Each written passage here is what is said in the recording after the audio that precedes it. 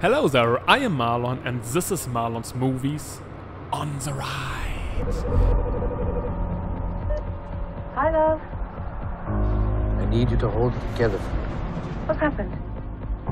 I'll fix it. It'll all go back to normal. You know, here in Germany, the film Locke was released under the title No Turning Back. The cover art shows a grim Tom Hardy behind the wheel, and after the huge success of Mad Max Fury Road, it was stacked in the shelves again. I bet a lot of people who were hyped to see some more Tom Hardy driving action, Mad Max style, grabbed it, and boy were they in for a surprise. Locke is about a guy called Locke who decides to turn right instead of left and spends the rest of the movie sitting in his car and making phone calls. No, seriously.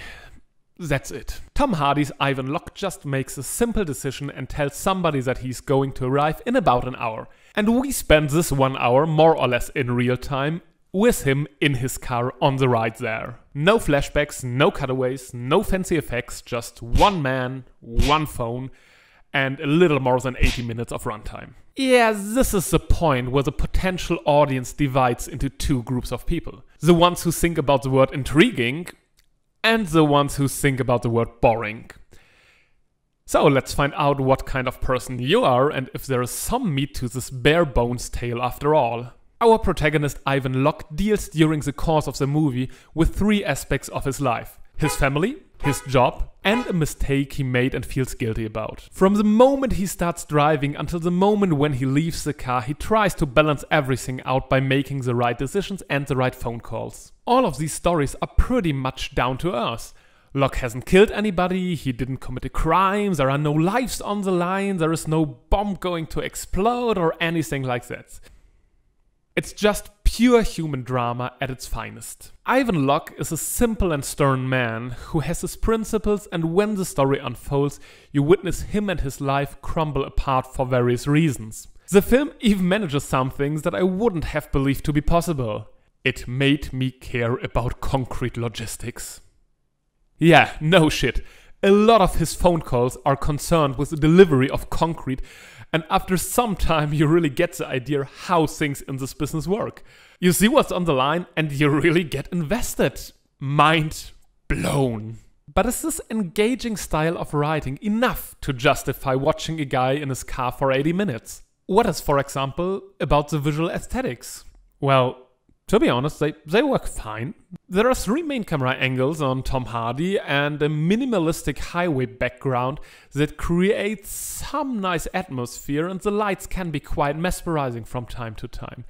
But a huge reason why it works the way it does is because of the man himself, Tom Hardy. Boy, he delivers some mighty fine acting, and it's interesting and intense to witness him on his ride, and even the people on the other end of the phone line have some great voice acting going on. Here's some trivia: the movie was shot with 3 cameras rolling in one single take that was repeated for a few times. The actors who were calling were together in a hotel room and were given some minor different lines each take to throw Tom Hardy off and keep him on his toes. It's an interesting method, with some impressive results. The fact that you never see these people but only hear their reactions or their silence adds to the tension as well. Because there is one other thing connected to the idea of voices without faces. It empowers them. The people Locke calls can decide if they pick up the phone or if they hang up on him, which they quite frequently do. And there is no way for Tom Hardy to keep this from happening. You cannot grab them, you cannot shake them, you cannot apply any kind of physical force. It's just a simple idea that words are powerful, conversations are meaningful, and that they form characters and tell a good story. So all light and no shadow? Unfortunately, not really. There is one huge blunder that is almost a deal breaker. Every now and then Locke talks to himself or to an invisible passenger about his own past, his thoughts, and his family life. It undermines a lot of subtleties that are set up during the film and takes away of Tom Hardy's acting, as if they were afraid it couldn't support his train of thought just by visuals. The other big downer is, of course, if you're not into this small-scale drama and this minimalistic way of filmmaking, you're going to be bored out of your mind. But that's a risk you should be well aware of, and it's not entirely the movie's fault. Sometimes things just don't match. So if you really like Locke and got into his way of storytelling, what to watch next? The classic choice to see how much you can do with terrific actors confined to a limited space would be of course Sidney Lumet's courtroom drama 12 Angry Men. This is not only one of the greatest movies of all time, but a prime lesson on acting, storytelling and cinematography all in one. The movie Buried delivers on the same premise of one man being in a solitary space, but it goes more for a thriller approach. Ryan Reynolds is trapped in a coffin and his only means of communication is a cell phone. It's an interesting take, but not as riveting as Locke, and Reynolds is not on par with Tom Hardy when it comes to acting in this situation. On the other hand, if you're not too interested in the concept but just need another fix of Tom Hardy acting, there are a lot of movies to watch. One of the most overlooked films of the bunch might be Warrior. It's marketed as some kind of kick-ass martial arts film, but in its core, it's a really genuine family drama involving sports, and Tom Hardy is on top of his game once again.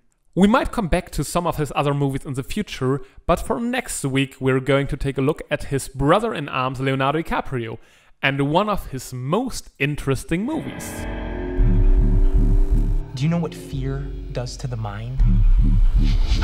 Corrodes it. Rusts it.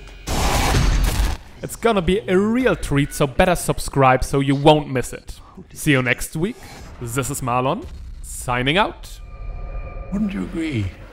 When you see a monster, you must stop it.